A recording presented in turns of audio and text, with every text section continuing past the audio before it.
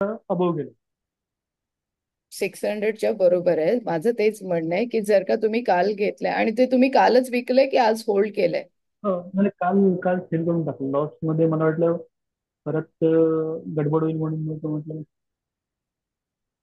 ठीक आहे. आणि आजच्यासाठी काही पोझिशन होल्ड केली होती की नव्हती केली? आजच्यासाठी काहीच पोझिशन होल्ड नव्हती. ठीक आहे, हरकत नाही. विठ्ठल सर, काय मार्केट खाली का घेऊन येत आहे? अजून किती खाली घेऊन येणार आहात? महेश सर, सिम्पल आहे. जे झालं ते झालं. स्ट्राईक प्राइस चॉईस करताना फार केअरफुल हा चॉईस मॅडम, करा. सॉरी, माझा व्ह्यू हे चालू होत नव्हतं. आज मी आलोय मुंबईमध्ये ओके. आणि ते आज आज मी मीटिंग बरोबर जॉईन केली आहे. मार्केट आता त्यांनी जो मेन त्याचा जो आजचा लो होता तो तोडलाय, म्हणजे मार्केट आता अजून खाली जाईल असं माझा एक अंदाज आहे. त्यामुळे ज्यांना पूट घ्यायचं असेल तरी 24,500चा पूट घ्या, झिरो किंवा होऊन जाईल. ओके, ठीक आहे, done. Don't worry Naik sir. आपण काय करूया आता, आज आपण लाईव्ह कॉल आणि पुट बाय करूया आणि आपण त्याच्यामध्ये बघूया कसं डिफरन्स येतो. मला एक सांगा, निफ्टी सोडून तुम्ही स्टॉक ऑप्शन्स मध्ये का नाही जातात सगळेजण? फक्त निफ्टीवरच का अडून बसलात सगळेजण? स्टॉक ऑप्शन्स मध्ये काय भीती काय वाटते ते सांगा मला. नाही मॅडम, माझं सांगू का, मी आजच आलोय मुंबईत, त्यामुळे आता मी आज अभ्यास करेन आणि उद्या तुम्हाला मी सांगेन. नाही नाही, ओव्हरऑल मी सगळ्यांना विचारतीये की ओव्हरऑल सगळेजण स्टॉक ऑप्शन्स मध्ये का जात नाहीयेत, सगळेजण इंडेक्स ऑप्शन्स मध्ये का जात आहेत? मॅडम, माझं मत सांगू का, कारण इंडेक्स ऑप्शन मध्ये झटपट वर खाली होते ना फ्लक्च्युएशन. पण पण त्यांना हे सगळे कळत नाही की इंडेक्स मध्ये खूप मोठा लॉस पण तेवढाच होतो. त्यामुळे इंडेक्स ऑप्शन मध्ये जाणं धोक्याचंच आहे नवीन लोकांना.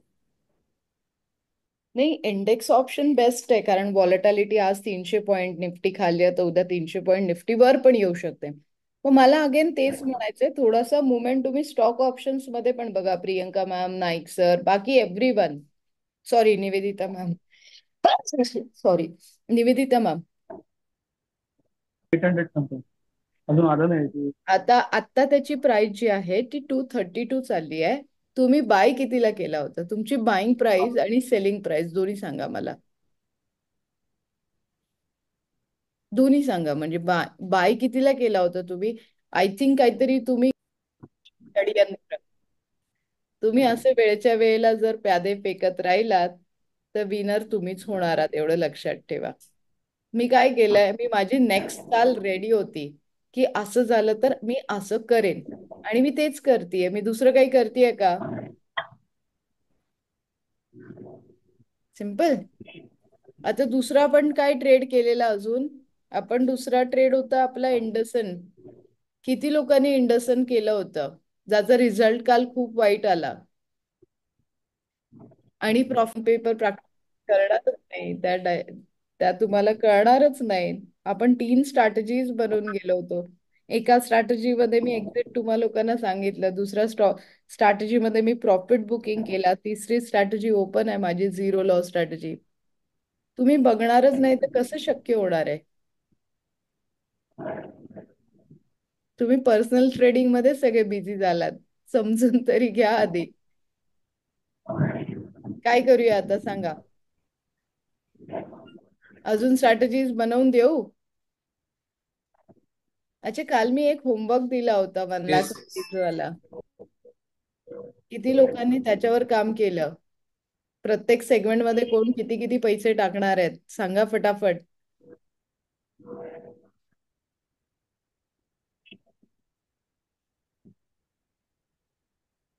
IPO ला अप्लाय केलं मॅडम मी.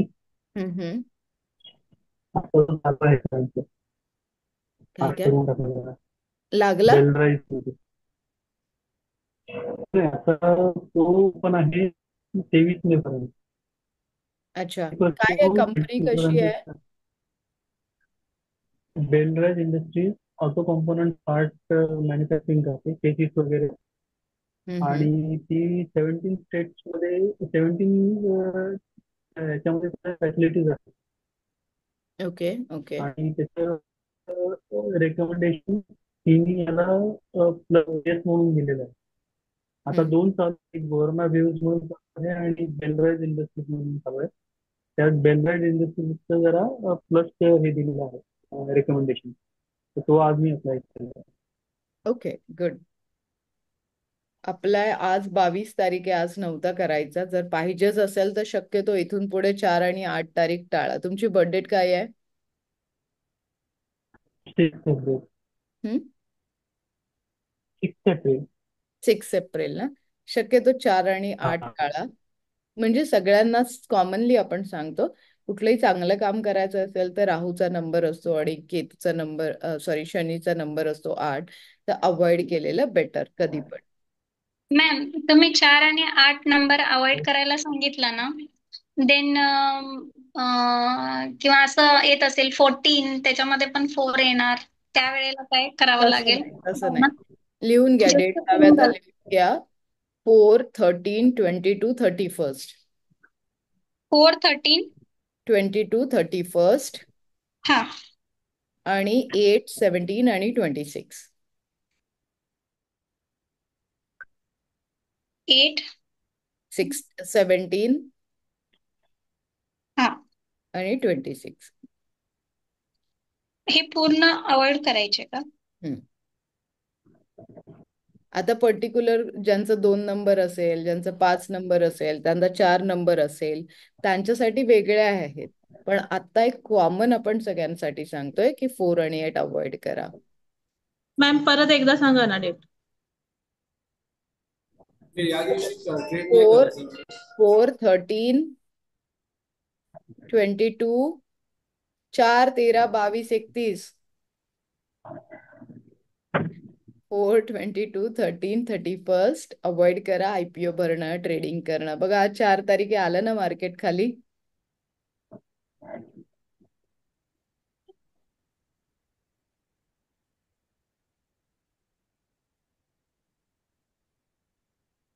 इवन 8, 17, 8, 17 आणि 26.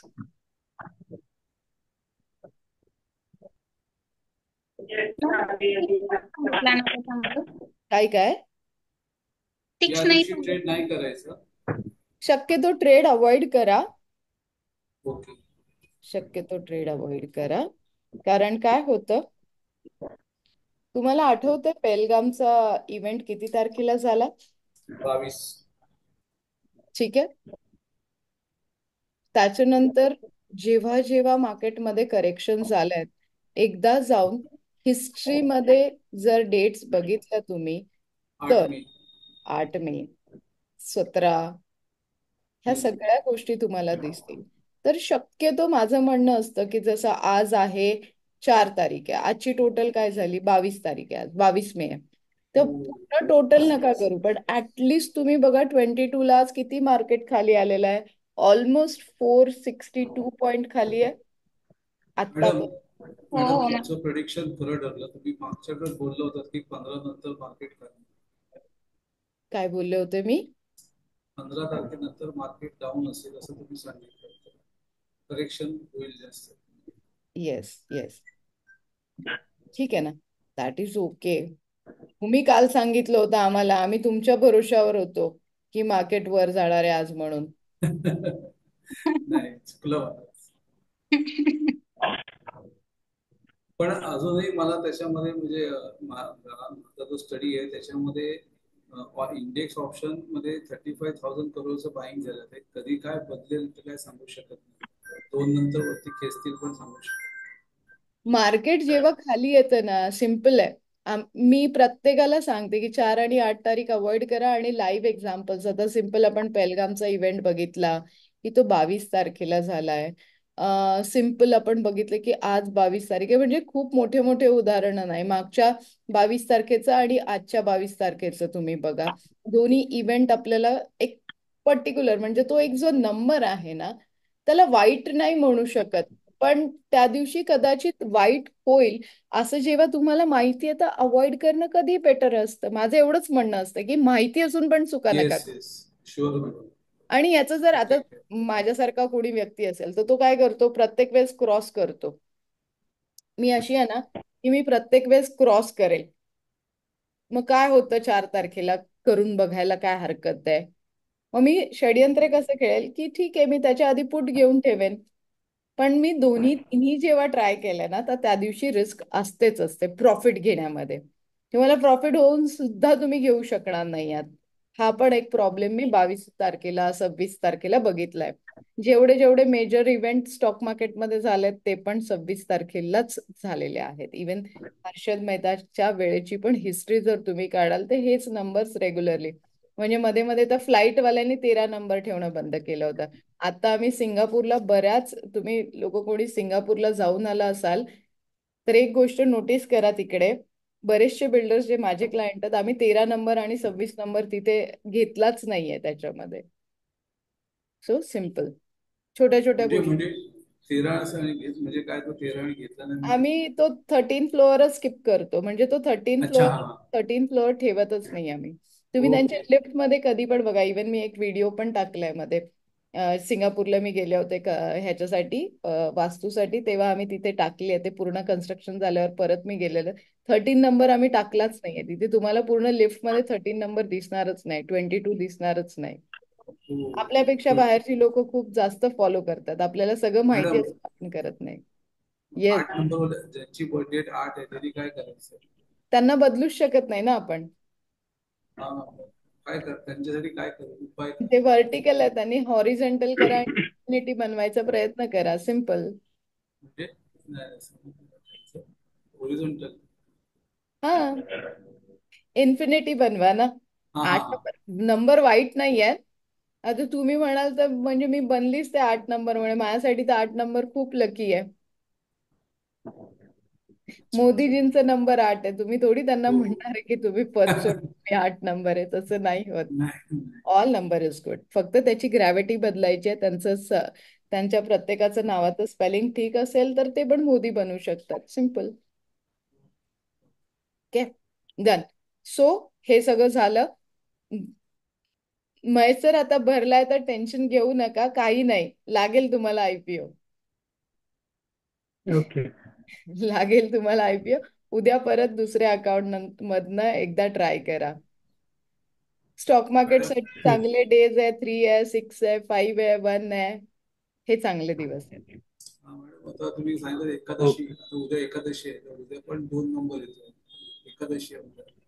बघूया ना उद्या काय चतुर्थी. होतं मार्केटमध्ये. आपण चेक चतुर्थी करूया उद्या. एकादशी तुम्ही सांगितलं होतं. उद्या आपण चेक करूया की उद्या काय होतं. मला पण सांगा, ऑब्झर्वेशन करा उद्याचं आणि मला पण सांगा की काय झालंय. सो ओव्हरऑल आज आपण अच्छा, जो होमवर्क दिला होता त्याचं काय झालं, कुठे आहेत सगळेजण. एक होमवर्क दिला होता मी. 1 लाख रुपीज जर तुमच्याकडे आहे आणि प्रत्येक सेगमेंट मध्ये तुम्ही लोक किती इन्व्हेस्ट करणार आहात हे तुम्ही लोक मला सांगणार होतात. नाही केलाय होमवर्क. सगळे अंडरग्राऊंड आहेत. नाही, मला हे त्याच्यावर नाही माहितीच केलं. नव्हतं मॅडम. काय म्हणलात मॅम, निवेदिता मॅम? त्याच्यावर नाही केलं. आज फक्त मार्केटचं तोंड बघत बसले. कधी वरती जाते, 500च्या वरती कधी जाते आणि 500च्या खाली कधी येते तेच बघत बसले. हेच हाच टेक्निकल अनालिसिस. त्याला तरी असं आहे ना, स्टॉक्स ते हलतच नाही जागेचे, तिथंच थांबून आहे. अजिबात हलत नाहीयेत, अर्धा अर्धा तास हलत नाहीयेत. आणि मला हेजिंगची एक्साइटमेंट होती मॅम, की हेजिंग ऍक्च्युली कसं वर्क करतं ते आज बघायला गेले. सो पण मी काल ओरडून ओरडून सांगितलेलं होमवर्क करा. 9:15 वाजेपासून तुम्ही लोक मला मार्केटमध्ये पाहिजे. आणि ओरडून सांगितलं होतं की ऑन पेपर करा. आठवतंय तुम्हाला? कालचं रेकॉर्डिंग पाठवू तुम्हाला? हो नाही, हो, नाही माहितीये ना ते मॅम. त्याच्यासाठीच ना आज आपण करायलाच गेलो नाही काही जसे. कारण मला काल माहिती होतं 22 आहे. बट ठीक आहे ma'am, Priyanka ma'am, that is okay. एक ट्रायल लॉट आणि एरर करावंच लागणार आहेत आपल्याला. माझं फक्त एवढं म्हणणं असतं की ट्रायल अँड एरर मध्ये पण लॉस नकोय आपल्याला. 9:15 ते मी तुम्हाला 9:30 सांगितलं होतं मॅजिक फॉर्म्युलेस. मग मी तुम्हाला न्यूजपेपर आज मला वाटतं दिनेश सरांनी आठवणीने टाकला होता. दिनेश सरांनी स्ट्रिक्टली टाकलं होतं, कोणी त्यांना 50-50 रुपये नाही दिले तरी टाकला होता. तुमच्याकडे फॉर्म्युलेज होते, तुम्ही लोकांनी त्याचा फायदा नाही घेतला, त्याला मी काही नाही करू शकत. इवन त्याच्यानंतर आपण 3 स्ट्रॅटेजीज बनवल्या होत्या.